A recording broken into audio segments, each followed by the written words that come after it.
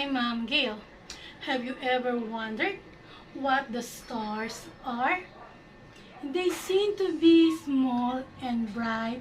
That stars are shining because of the constant burning going happen inside of it. We see stars as a tiny dot only because they are so far away from us. We see stars as tiny because since they are so far away, in order to get even to the closest star, we would have to fly more than 100,000 years. Stars are differ in size, brightness, and colors. In ancient time, while observing stars, people grouped them in a pattern called constellation. These constellations form a star map. Since the Earth rotates around its axis, the stars seem to move across the sky, but it is actually the Earth who is moving. Zodiacs are the 12 constellations. These give us the idea that constellations may be present or not in the sky depending on the position of the Earth with respect to the Sun. Some constellations appear and disappear in the night sky throughout the year due to the revolution of the Earth. Now, let's have the 12 constellations. Scorpius constellation contains 18 stars. It has distinctive shape and thus is fairly easy to spot. Simply look for the J-shaped pattern. Gemini constellation contains two of the most famous stars in the sky that associated with the Greek myth brothers named Castor and Pollux.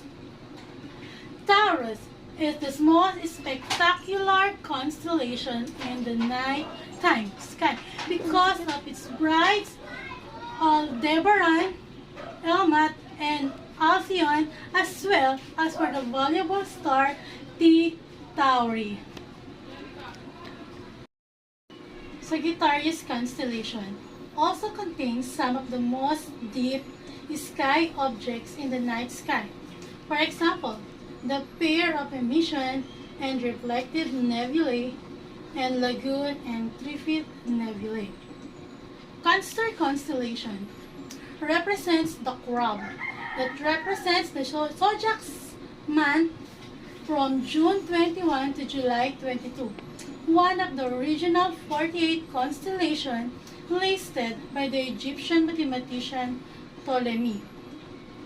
Libra is the only constellation that represents an object, not an animal or character from mythology, but it is represented by the symbols. Pisces, the fishes, is sometimes called the first constellation of the zodiac because the sun appears in front of this constellation at the time of the March equinox. Virgo is one of the 48 constellations first catalogued by the Greek astronomer Ptolemy in the 2nd century. Its name means virgin in Latin. It is an ancient constellation. The Babylonians knew it as the Pharaoh, representing the goddess Shala's ear of grains. Now let's have Aries. It's the mid-sized constellation in the North Hemisphere, and it has 3 prominent stars forming an asterism, designated as Alpha, Beta, and Gamma. The origins of the word Aquarius comes from the Latin and was used to mean water bearer.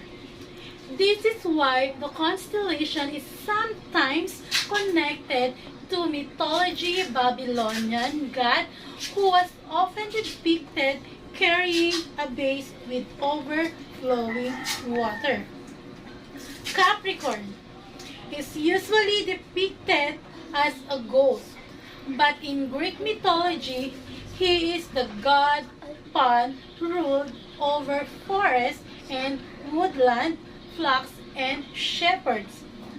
Now, the constellation Leo can be found by looking for the head of the lion or the stickle, starting at the Regulus or Alpha Leonis star. Constellations are seen in different forms, thus constellation names differ depending on the observer's culture.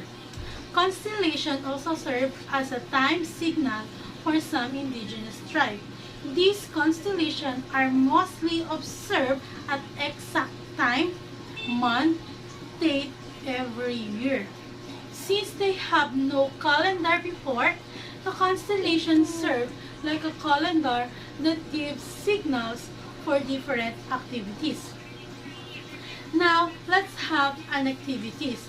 So this time, we are going to describe the apparent motion of stars at night. Procedure number 1. On a clear night, look at the sky from 7 p.m. to 11 p.m. Focus on one or two constellations like Taurus and Orion. Both can be seen in the country of the Philippines. Number 3, observe the stars every hour of the night from 7 p.m. to 11 p.m.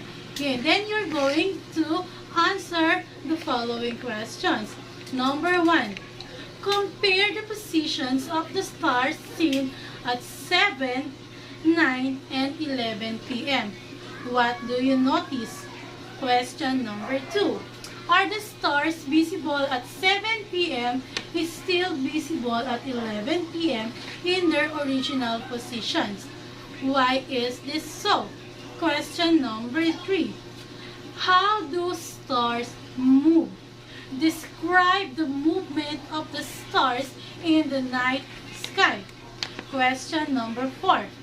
How is the motion of the stars similar to the motions of the sun? Okay?